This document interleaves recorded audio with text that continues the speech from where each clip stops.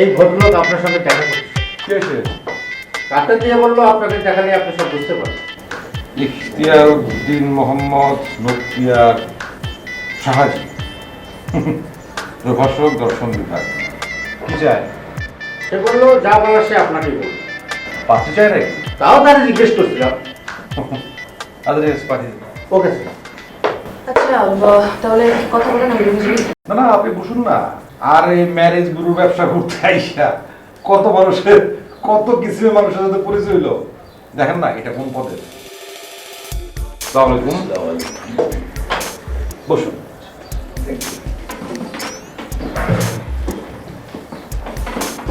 জি আমার নাম। জি আপনার নাম এই কার্ডে লেখা আছে, আমরা পড়েছি।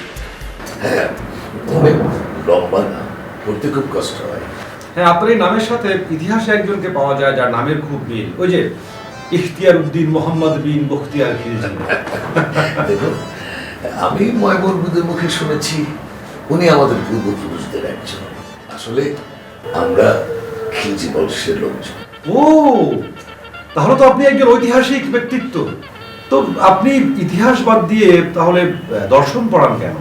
দেখুন দর্শন তো শুধু দর্শন নয়, এটা হচ্ছে জীবনের দর্শন। আপনি দর্শন না পড়লে জীবন সম্পর্কে কিছুই জানতে পারবেন না।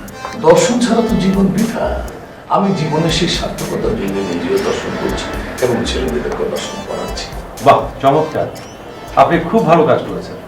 আচ্ছা, মানে আপনার আমাদের এখানে আসার হেতুটা কি? মানে আমরা আপনাকে কিরকম সাহায্য করতে পারি?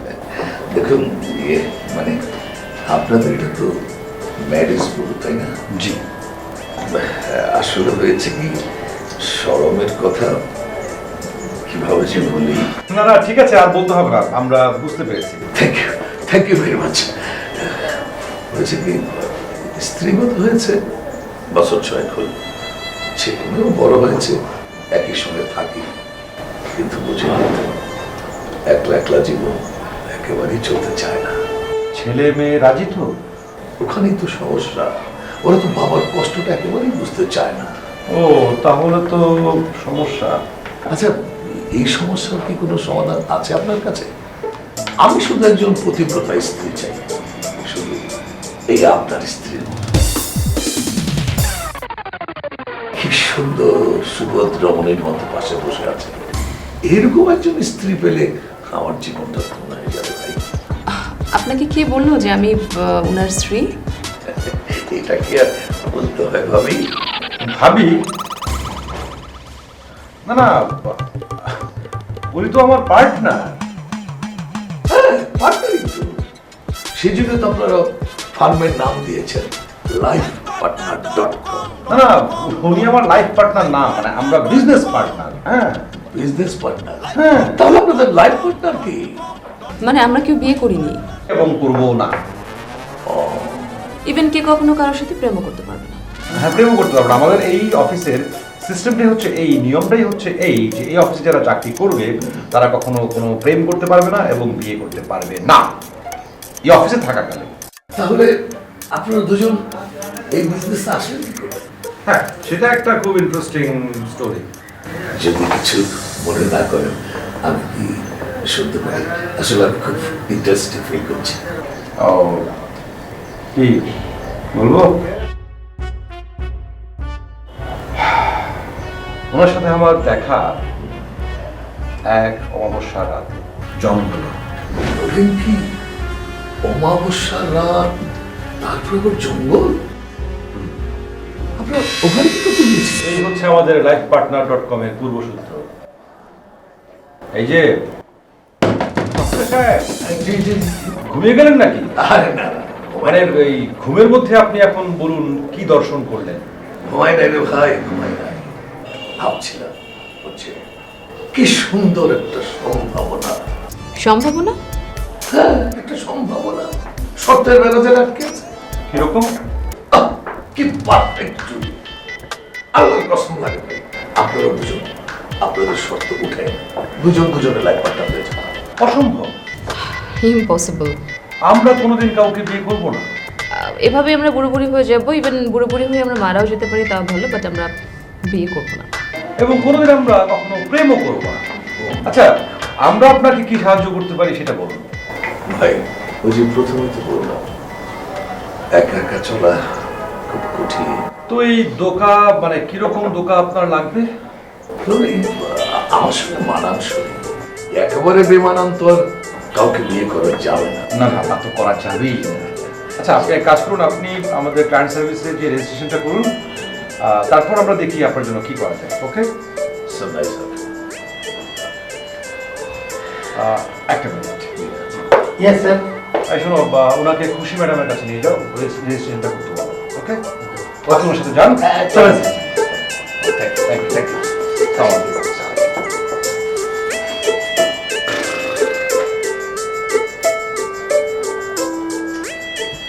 আমার মনে হয় কি এভাবে ক্লায়েন্টের সামনে আমরা পাশাপাশি আর কখনো বলবো না, তাতে লোকজন ভুল বোঝে। দেখলেন না, এর আগে ক্লায়েন্ট একদিন ভুল বুঝলো।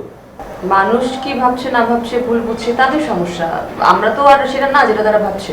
না না, কিন্তু তাতে তো আমাদের প্রেস্টিজ হ্যাম্পার হচ্ছে। এখানে প্রেস্টিজ এন্ড পারফরম্যান্স হচ্ছে মানে আমরা যা নই, মানে আমরা তো আর স্বামী স্ত্রী নই, কিন্তু মানুষ তো ভাবছে, তাতে আমাদের সম্মানহানি হচ্ছে। মানে কেউ যদি আমাকে আপনার স্ত্রী ভাবে তাতে আপনার সম্মানহানি হচ্ছে। হ্যাঁ অবশ্যই, আবার তেমনি কেউ যদি আমাকে আপনার স্বামী ভাবে তাহলেও তো আপনার সম্মানহানি হচ্ছে। তার মানে কি আমরা এতই খাই না? না না, ব্যাপারটা তা না, আসলে আমাদের ব্যবসার শর্তই তো এটা। হ্যাঁ, এবং শর্তেই তো আমরা আছি। আমরা তো কেউ কাউকে বিয়ে করছি না। অবশ্যই। আমরা তো কেউ কারোর সাথে প্রেমও করছি না। না না, করছি না। ইভেন আমরা অন্য কারোর সাথে প্রেম করব না। অবশ্যই। কি অবশ্যই? মানে অন্য কারোর সাথে প্রেম করতে চান? না না, অবশ্যই না। রায়হান, যদি অন্য কারোর সাথে কখনো কোনো প্রেম করতে যান, মানে ওই পথে যদি পা বাড়ান, তাহলে কিন্তু খবর আছে।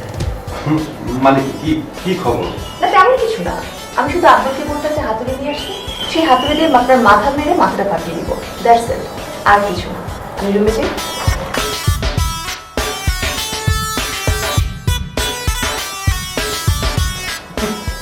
অবশ্যই অবশ্যই না।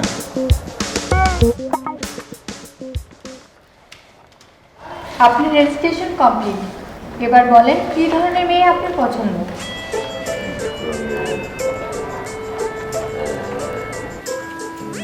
আচ্ছা, আমার সঙ্গে মানায় এরকম একজন হলেই তো হলো।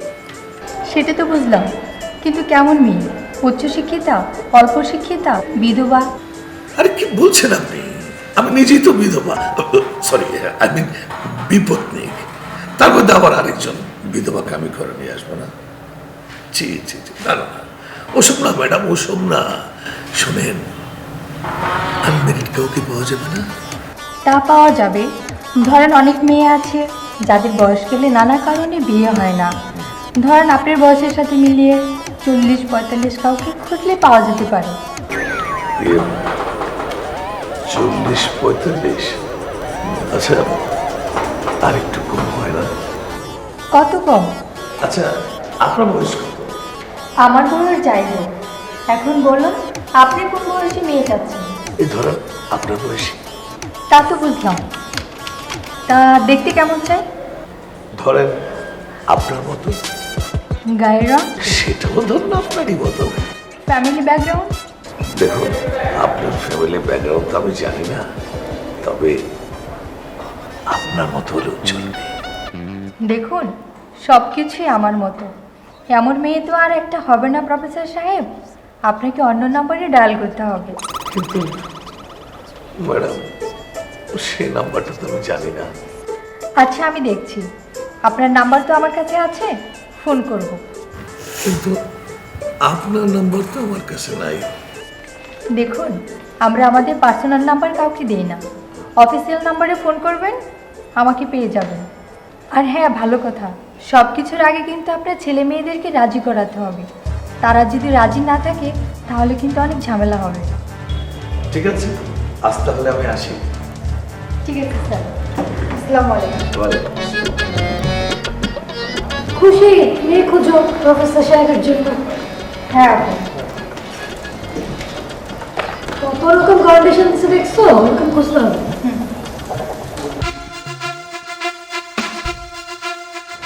স্যার, স্যার একটু দেরি হয়ে গেল না? বসুন স্যার। আসলে ঢাকা শহর যে ট্রাফিক, তাতে তো বুঝতেই পারছেন সময় মতো কোথাও যাওয়া যায় না। তা উনি কে এসছেন? হ্যাঁ স্যার, উনি তো সেই কখনই এসেছেন। আচ্ছা, উনি কি আমাকে বিয়ে করতে রাজি হয়েছেন? আপনি তো ওনার সাথে কথাবার্তা বলার পরই বুঝতে পারবেন, তাই না স্যার? না, মানে আমার সম্পর্কে বিস্তারিত সবকিছু উনি জানেন তো? তা তো ওনাকে জানাতেই হয়েছে। ও, তাহলে তো ভালোই হলো। নিশ্চয়ই একটু একটু নিম নিম রাজি আছে। হ্যাঁ স্যার, আপনি তাহলে এখন যান, পান রাজি করান। রাজিটা কি? স্যার, বিয়ের সাথে ফিনিশিং একটা কি? পান। পান রাজি মানে হচ্ছে পুরাই রাজি। বাহ, চমৎকার। আপনারা তো দেখি বিয়ের প্রতিশব্দটা বেশ ভালোই বের করেছেন। তা উনি এখন কোথায়? উনি এখন ইন্টারভিউ রুমে আছে। আমাদের আব্দুল ভাই আপনাকে ওখানে নিয়ে যাবে। আব্দুল ভাই, ইয়েস ম্যাডাম। আপনি স্যারকে ইন্টারভিউ রুমে নিয়ে যান। ওকে ম্যাডাম, আসুন।